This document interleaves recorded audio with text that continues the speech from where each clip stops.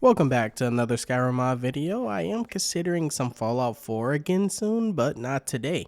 For today, I have some quality of life mods that I generally make sure that I always grab whenever I redo my list, which is quite often. Of course, you guys know about mods like Precision. I've showed that so many times, so I'm not going to show it here. This video is mainly for PC as well, but any mod available for console will be linked down in the description, so please make sure to check that first before asking questions. But I don't mind answering either way.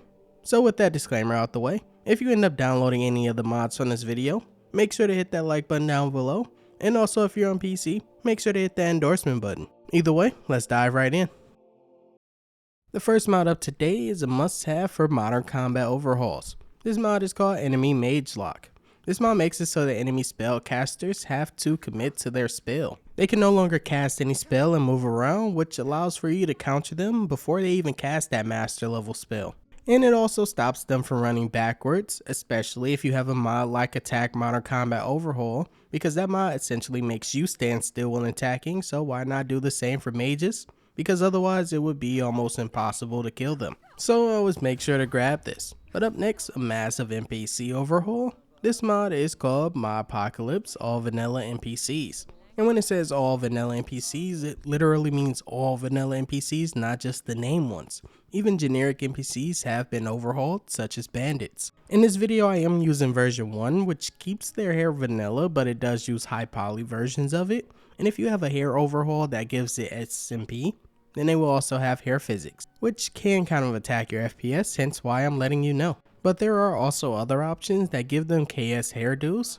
This is like the perfect base for an NPC overhaul, at least for the appearances, because then you don't need 50 different mods to do the same thing. As you may have noticed, these are kind of short. I really don't want to drag this video out. But up next we have a collection of mods by Clemdiddly. If you check their mod page, you'll see a few mods with the name, fashion of, etc. With those mods, it takes the assets from a few different mods and combines them to make lore and immersive friendly armors for NPCs and distributes them via Skypatcher, so it is pretty much conflict free. Every NPC that was given new outfits is named on a file and as well as the mod page before you download, so it is quite easy to find out what NPCs has gotten overhauled from this mod and what is left alone. These clothing mods are pretty much made for people that prefer a vanilla look to their Skyrim like me, but if you're using something like Nordwar Vanilla Armor Replacer, then this really doesn't make much sense. Up next, a complete blocking system overhaul. This mod is called Maxu Block Overhaul. This mod isn't available on Nexus, but I will still link it down in the description.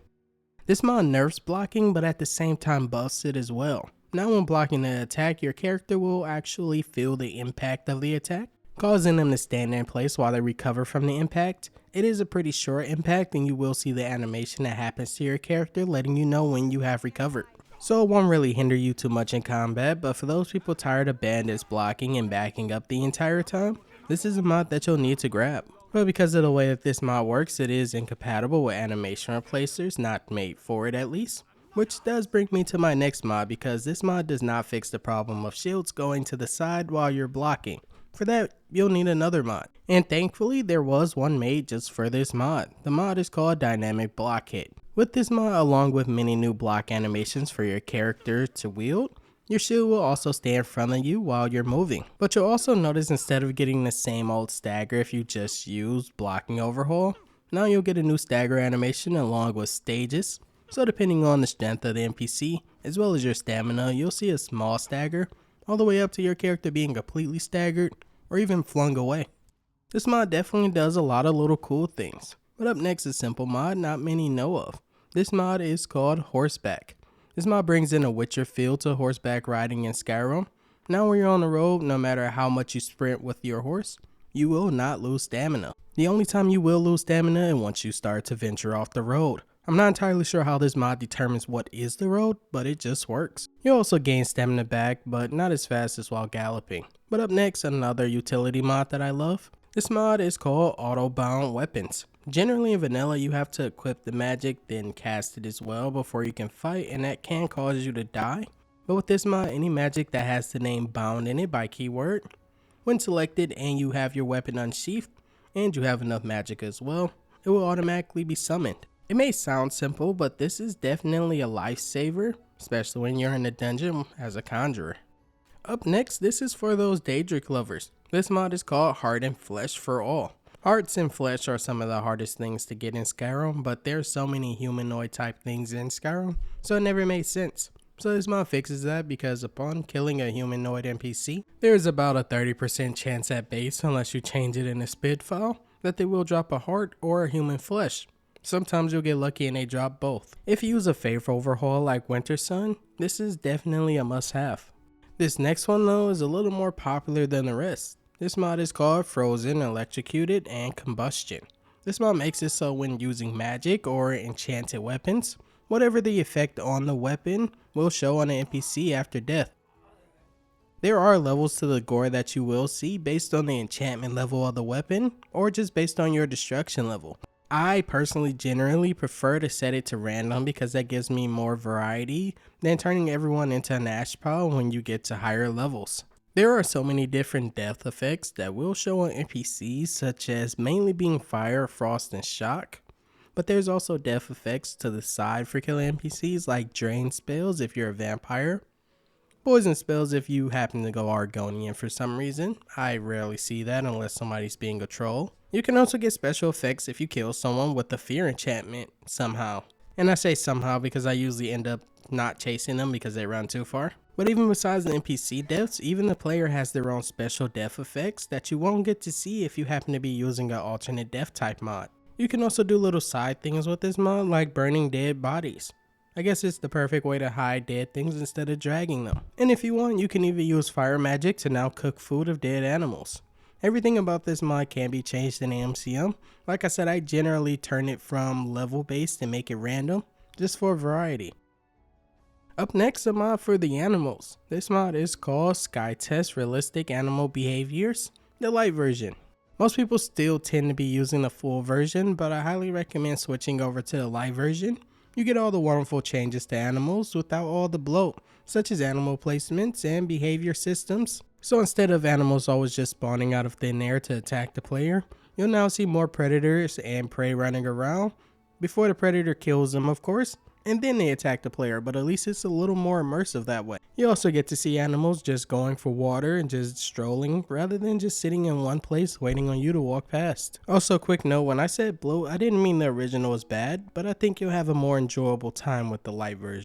Up next, another simple mod that I still consider a must-have.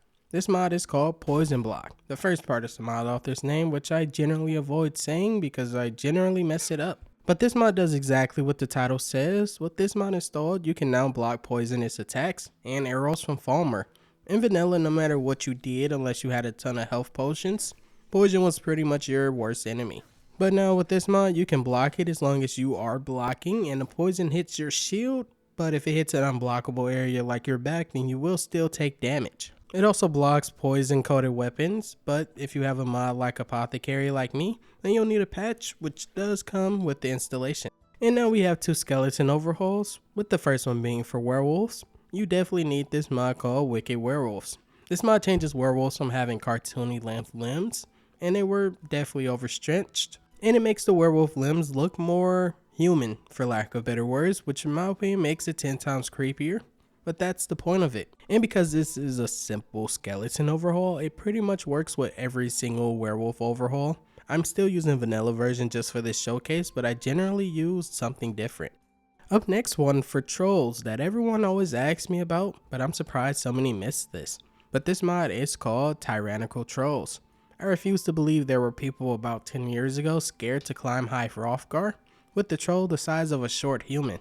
But with this mod, it's at least a little more understandable. They are huge now, with the skeleton overhaul at least, and a lot more chunky and buff. And like with the previous mod, because this is a skeleton overhaul, you can use it with any texture replacer like mines for those that don't know. It's from 4th Unknown. The only downside is they have a lot more range. Up next, a newer add-on for the Massive Footprints mod. This mod is called Footprints Alternative Design. This mod gives new textures to every single footprint type in Skyrim, from snow to even the sands of Skyrim shores. Of course, the way that the footprints look besides the textures that come with the mod will be based on what textures you have installed. And if you are wondering about mines is from the mod Tomato Landscapes. And while these textures are already amazing, But if you want to take it to the next level, then you want to grab the add-on for this mod, which is just called the mod name with Complex Parallax add-on. But as a fair warning, this is just a retexture of footprints. You still need that mod and to make it work, which in itself can be a little complicated. But if you get it working, then you definitely need this mod. And now a Creation Club overhaul. This mod is called Mihail CC Goblins Overhaul. Besides just changing the way at the quest start and not allowing you into the cave until you at least start the quest, the main reason why I'm showcasing this mod is because it overhauls the goblins in a way that was definitely needed. In vanilla, goblins are just short human green monsters with long hairs that just felt creepy and never felt right. They never even use weapons, they just kind of box you to death, but with this overhaul, it gives them new overlays and textures, as well as making them much smaller like you normally see in fantasy shows. But the best part is that in vanilla, like I said, they didn't use weapons, but with this overhaul, they're given weapons that show just how much they love to fight and hunt. This mod also uses the same assets as its separate goblins mod, so if you want a companion mod for that for more goblins in Skyrim, I definitely recommend to combine the two. And up next, a classic mod that not many people use for some reason, but this mod is called Craftable Crossbows and Bolts. For those people not wanting to complete the Dawnguard questline or start it at all like myself, or if you just want to leave your level list alone, this mod allows for you to craft crossbows and all bolts if you have the requirements, which is usually just firewood and a required perk, such as if you need steelsmithing perk or the dwarven. And yes, side note, I do hate the Dawnguard questline. But on to our next mod, which is called Truly Neutral Prisoner. This mod will make it so when you decide to act on your morals for once and free the prisoner, they won't betray you and tell on the people you just freed them from. So now with this mod, you will essentially never gain a bounty. They might still run from you though, because they probably just witnessed you slaughtering 3 to 4 people and it kind of scarred them for life. But at least you benefit, and now they never report you to guards because they'd probably end up getting arrested again. It never made sense in vanilla Skyrim, so this mod fixes it. This mod does not, however, affect the first patrol outside of Riverwood, but every other patrol works.